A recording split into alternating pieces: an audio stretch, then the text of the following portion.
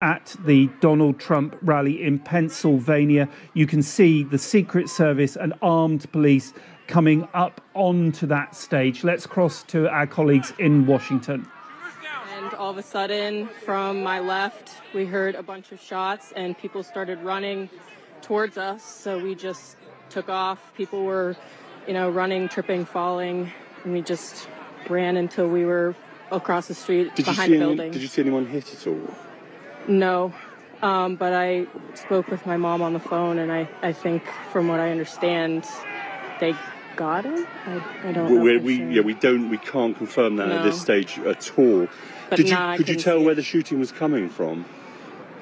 Was it from the crowd or from outside of the crowd? I think it was like one of these buildings back here. Right. So you think it was coming from higher up, possibly? Behind the fences, yeah. Okay. And what was the atmosphere like in the crowd at that moment when it started? Panic. Did people start running? Yeah. Right. And they were running upsetting. and tripping over each other, and yeah. Yeah. And do you know, did the police move in pretty quickly? From what I saw, yeah. There were police officers in the field, like right beyond the fence, and they took off immediately, so. Okay. And what's the situation in there now? You've just been there a few moments ago. What's the situation look like in there when you left? People are leaving. Right. I'm sure they got him off stage. Yeah. So I don't. Okay, Paige. Well, you take care when you. Sorry you've had to witness that.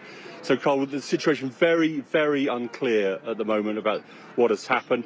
Someone mentioned, and we have no reason to back this up. We have no facts to back this up, that there may have been some snipers outside of the crowd. We don't know whether that's true or not. Someone else shouted as they went by. They think they got him, but we don't know any of those facts yet. We're waiting to see. A very, very confused situation. But it does seem very clear that at Donald Trump's final rally before the Royal Republican National Convention, there does seem to have been some kind of pretty serious shooting incident here.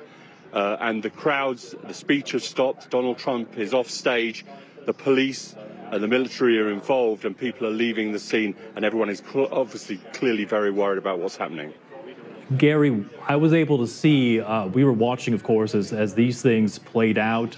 We had a live shot of your camera. We were able to see you sort of taking cover. I just want to ask you, what did you hear when you were there? How loud were those shots? Did you have a sense of kind of what was happening? You were outside, we should say, of that actual rally.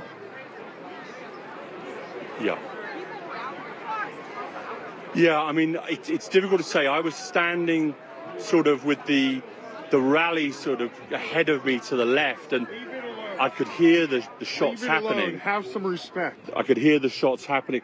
Excuse me, ma'am. Excuse me. Have some respect. There's people that lost lives. We're telling the public what's happening. They have a right to know. Have some respect. The public have a right to know what's happening. We have respect. People have a right to know. Okay. So what I heard, Carl, was probably a couple of 100 meters away, a rapid number of shots, possibly 6 or 8 shots. It's difficult to tell the number, but it was clearly gunfire. And mahal naming Panginoon.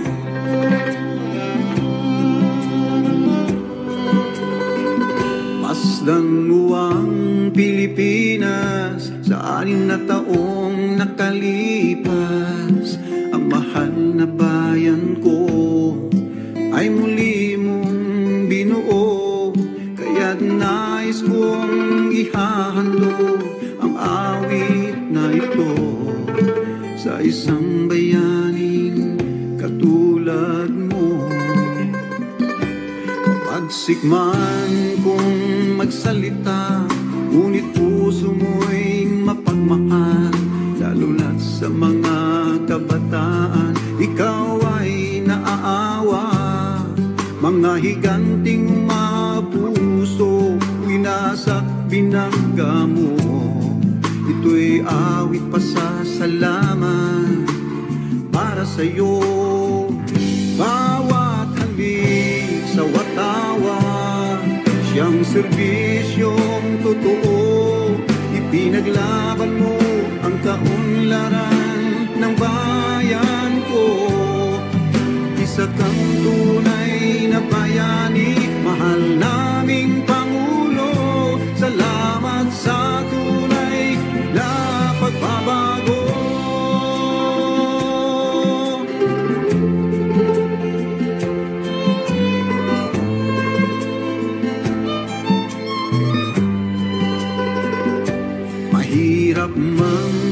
tungkulan, personal mo'y pinagliban. Unti-unting binubuo mga nawasak na tahanan.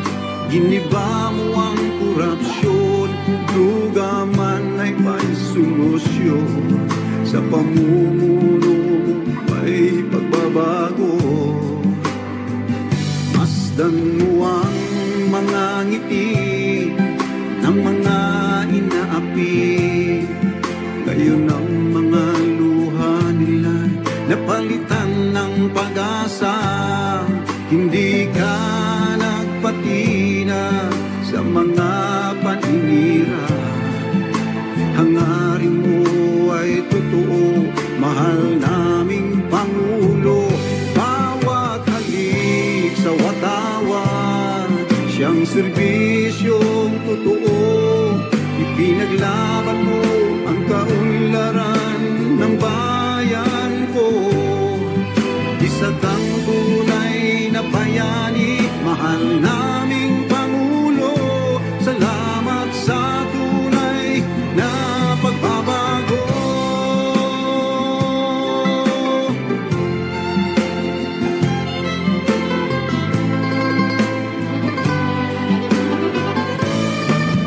Sa kunaman o trahedya ay nariyan ka.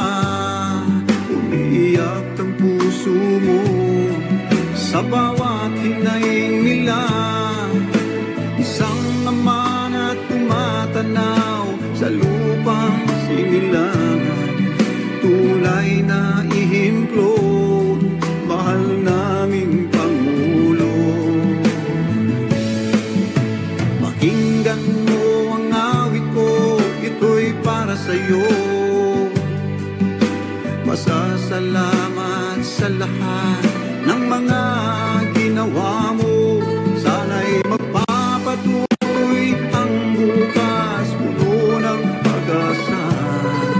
Dahil sa iyong nasimulan, mahal naming Pangulo. Bawat halik sa watawat, siyang serbisyong totoo. Ipinaglaban mo ang kaunlaran ng bayan ko. Isa kang tunay na bayani, mahal naming Pangulo. Salamat sa tunay na pagbabago. Bawat halik sa watawat, siyang serbisyong totoo. Ipinaglaban mo ang kaunlaran ng bayan ko. Isa kang tunay na bayani, mahal naming Pangulo. Salamat sa tunay na pagbabago. Isa kang tunay na bayani, mahal